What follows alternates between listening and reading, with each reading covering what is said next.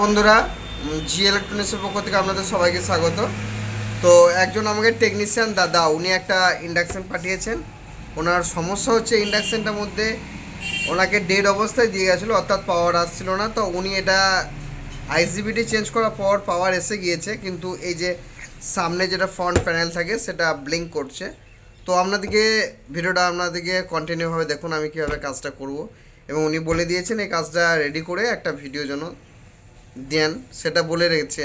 তো আমি আপনাদেরকে ইন্ডাকশানটা দেখাবো যে কীভাবে স্টেপ বাই স্টেপ কাজটা করব। তো সব আপনার সঙ্গে থাকুন আর ভিডিওটি দেখতে থাকুন। তো এটা হচ্ছে সেই ইন্ডাকশানটা।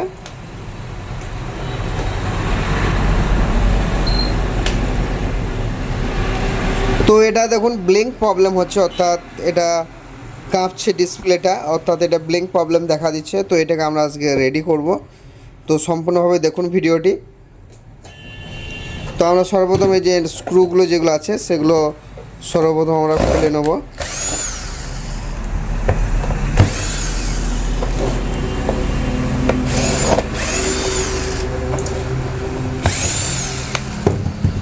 তো আমরা সব কিছু স্ক্রুগুলো খুলে নিয়েছি।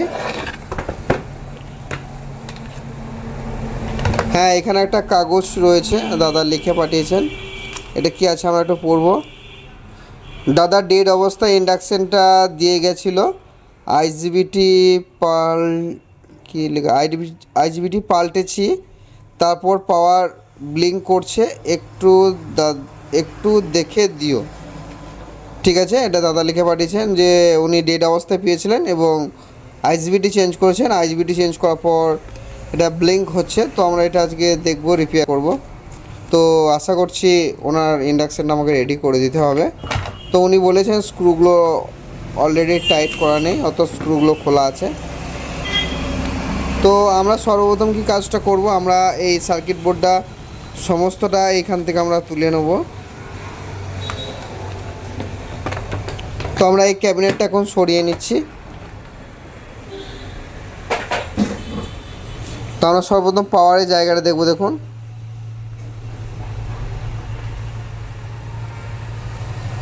তো পাওয়ারটা একটুখানি ওনার অবস্থা ডিস্টার্ব অবস্থায় রয়েছে, অর্থাৎ পাওয়ারটা একটুখানি উনি দেখেছেন যে কারণের জন্য একটু অসুবিধা রয়েছে।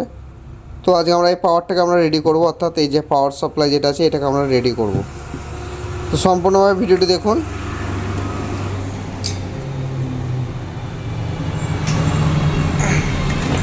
তো সর্বপ্রথম আমরা যে কাজটা করব, এই যে পাওয়ার সাপ্লাই যে জায়গাটা রয়েছে এখানে, তো এখানটা আমরা এখন সর্বপ্রথম এই যে ডায়োড যেগুলো রয়েছে দেখতে পাচ্ছেন, এখানে যে ডায়োড লাগানো রয়েছে একটু ভালোভাবে লক্ষ্য করলে বুঝতে পারবেন আপনারা। হ্যাঁ, এবারে বোঝা যাচ্ছে। দেখুন এখানে যে ডায়োড দুটো রয়েছে, দুটো ডায়োড, এবং এখানে যে সমস্ত এই যে ডায়োডগুলো যেগুলো রয়েছে, তো এখানে সেকশনটার মধ্যে আমাদের প্রবলেম আছে। তো আমরা সর্বপ্রথম এই দুটো ডায়োডকে আমরা সর্বপ্রথম সার্কিট বোর্ড থেকে ওপেন করে নেবো, অর্থাৎ তুলে নেবো সার্কিট বোর্ড থেকে।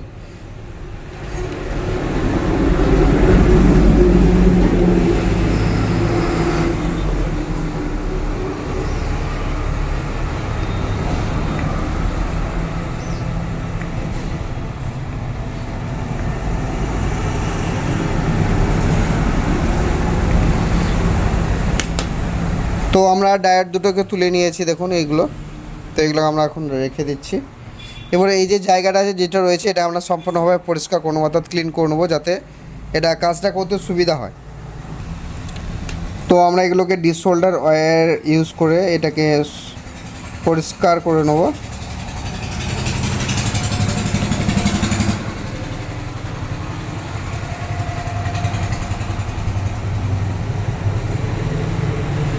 তো এখন দেখুন জায়গাটা আমাদের অনেকটা ট্র্যাকগুলো পরিষ্কার হয়ে গেছে। দেখুন এবার এই জায়গাটা আমরা একটুখানি থিনারের সাহায্যে পরিষ্কার করব।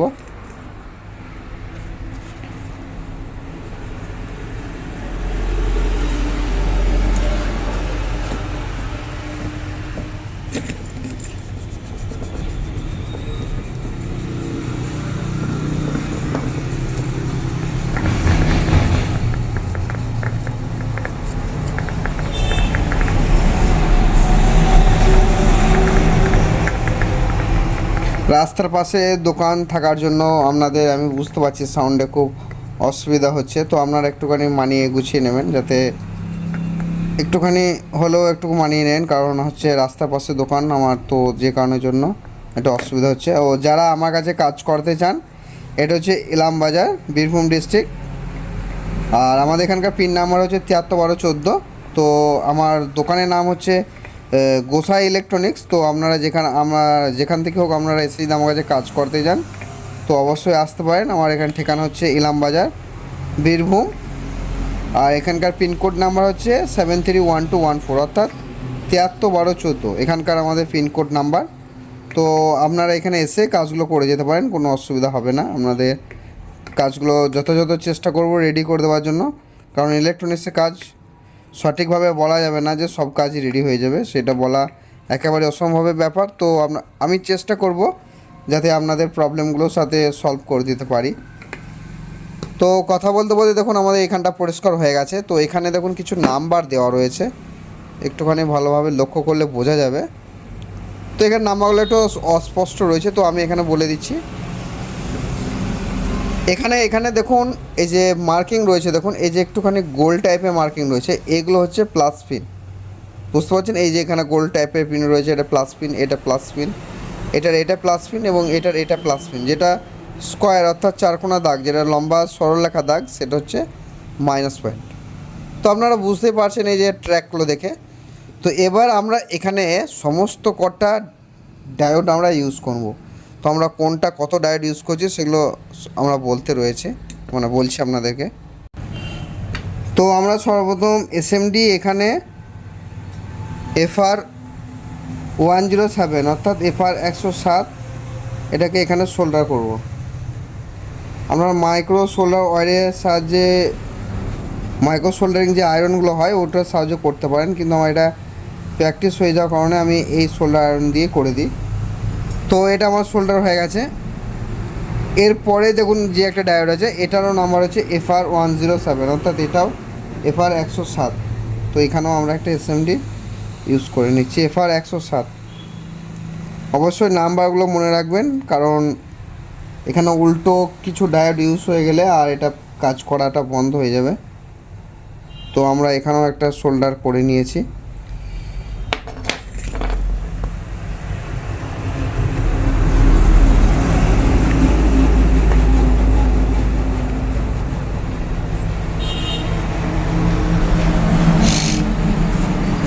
তো দেখুন আমার দুটো ডায়োড সোল্ডার হয়ে গেছে। এবার এখানে আমরা 107 আমরা আরও দুটো ইউজ করব। তো আমার কাছে এসএমডি ডায়োড আর নেই, তো আমি এখানে এই যে বড় যে একটি ডায়োডগুলো যেগুলো কিনতে পাওয়া যায় দেখতে পাচ্ছেন, তো এগুলো আমরা একটুখানি সোল্ডার করব। আমার এখানে এই যে ডায়োড দুটো রয়েছে, এই দুটো ডায়োড হচ্ছে এসএমডি টাইপ না। তো আমার কাছে এসএমডি আর নেই, তাই আমি এই দুটোকে সোল্ডার করব।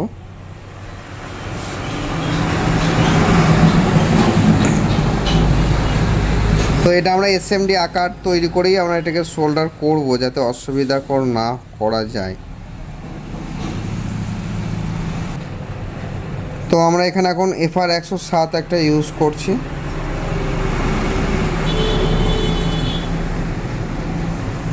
ডায়োডগুলো আমরা খুব ছোট্ট পরিমাণে ট্র্যাকগুলো বাঁকিয়ে নিলাম, যাতে এটা কিছুটা এসএমডি আকারে তৈরি করা যায়। যত হোক এসএমডি না, তো এটা তবু এসএমডি আকারে যদি ইউজ করা যায় তো আমরা এটাকে করে দিচ্ছি।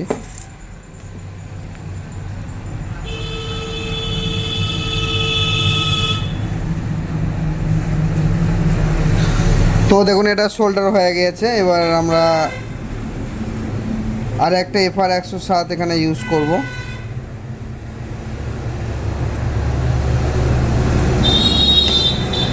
এই যে এখানে আমরা একটা FR107 ইউজ করব।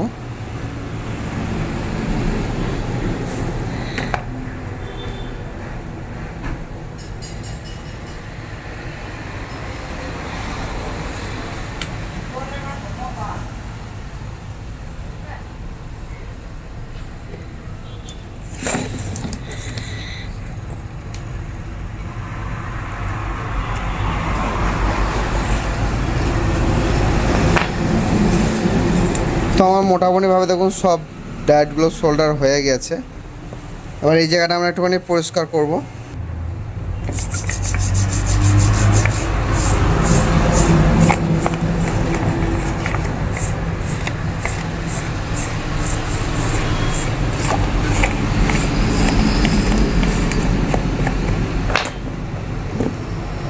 তো দেখুন সম্পূর্ণভাবে আমার ডায়েটগুলো সোল্ডার হয়ে গেছে। এবার এটাকে আমরা আবার টেস্ট করব। তো আমরা সর্বপ্রথম ভোল্টেজগুলো একটুখানি টেস্ট করে নেব।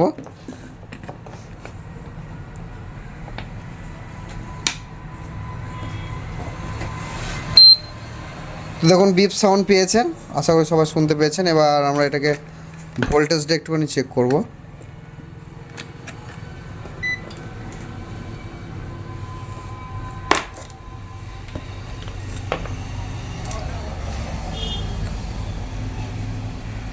তো আমরা সর্বপ্রথম 5 ভোল্টেজটা চেক করব। তো আমরা এখানে একটু গ্রাউন্ড ধরে নিচ্ছি। গ্রাউন্ড ধরার পর এখানে আমরা হচ্ছে 5 ভোল্ট পাবো। তো দেখুন ভোল্টেজটা 5 আছে এবং ইনপুট কত আছে আমরা দেখব। ইনপুট দেখুন 8.95, অর্থাৎ 9 ভোল্টের মতন ইনপুট আছে। এবার 18 ভোল্ট আমরা চেক করব। এখানে যেহেতু পিএমডাব্লিউ সেকশন, এখানে 18 ভোল্ট অবশ্যই যায়। তো আমরা এখানে 18 ভোল্টটা একটুখানি চেক করে নেব। তো এখানে দেখুন 17.72 ভোল্টেজ রয়েছে, অর্থাৎ প্রায় 18 ভোল্টের কাছাকাছি। আমরা এখানে এই যে ডায়েটগুলো রয়েছে, এই ডায়েট দুটোতে আমরা দুটো ভোল্টেজকে মেপে নেব। একটা 5 ভোল্টের জন্য যায়, সেটা হচ্ছে 9 ভোল্ট। তো দেখুন 9 ভোল্ট আছে, এবং আর একটা যে 18 ভোল্ট। তো এখানে দেখুন 18 ভোল্ট আছে, 18.44, অর্থাৎ সরি 18.44, সরি বাংলা ইংলিশ হয়ে যাচ্ছে, কিছু মনে করবেন না। তো এখানে দেখুন আমাদের সম্পূর্ণভাবে ভোল্টেজটা রেডি হয়ে গেছে, অর্থাৎ পাওয়ার সেকশনটা আমাদের রেডি হয়ে গেছে। এবার এটাকে আমরা একবার টেস্ট করব যে এটা ঠিকঠাকভাবে কাজ করছে কিনা, এটা আমরা চেক করব আমরা। তো সম্পূর্ণভাবে বোর্ডটা দেখে নেন একটুখানি।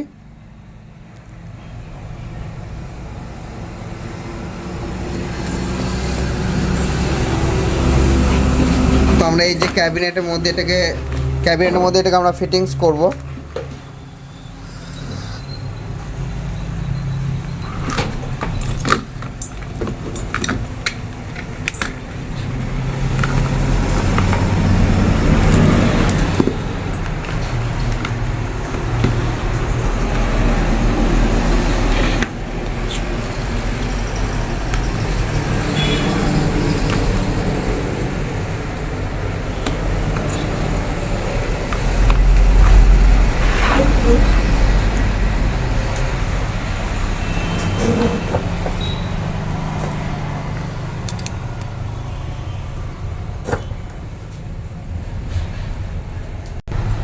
তো এটাকে আমরা একটুখানি ঠিকঠাকভাবে পাত্রটা গরম হচ্ছে কিনা সেটা একটুখানি লক্ষ্য করব। তো এখন পাওয়ার এসে গিয়েছে। এবার এটা অন করার পর ফাংশন সুইচ প্রেস করব। এটা 1000 ওয়াটেজের মধ্যে চলছে, এখন 1200, এটা 1800 ওয়াটেজে। তো এটাকে আমরা দেখবো একটুখানি। তো দেখুন পাত্রটা সম্পূর্ণভাবে গরম হচ্ছে এবং পাওয়ারটা ব্লিঙ্ক করেনি। তো যদি ভিডিওটা ভালো লেগে থাকে প্লিজ একটা লাইক শেয়ার অবশ্যই করুন, এবং আপনাদের কমেন্টের আশায় আমি আছি যে আপনারা কোন ধরনের ভিডিও পছন্দ করছেন সেটা আমাকে অবশ্যই কমেন্ট করে জানান। আর ভিডিওটা কেমন লাগলো আপনাদের সমস্ত মতামত আমাকে কমেন্ট সেকশনে জানাবেন। এবং আমার টেলিগ্রামের লিঙ্ক আছে, সেখানে আপনাদের কোনো রকম অসুবিধা থাকলে আমরা টেলিগ্রামে আপনারা পোস্ট করতে পারেন যে দাদা আমার এই প্রবলেম হচ্ছে। তো আমি ওখানে চাইবো প্রবলেমগুলো সলভ করে দেওয়ার জন্য। তো দেখুন এই ফ্যানটাও ঘুরছে, দেখুন কোনো রকম প্রবলেম নেই। তো দেখা হচ্ছে পরের নেক্সট কোনো একটা ভিডিওতে। ততক্ষণ সবাই ভালো থাকবেন, সুস্থ থাকবেন, নমস্কার।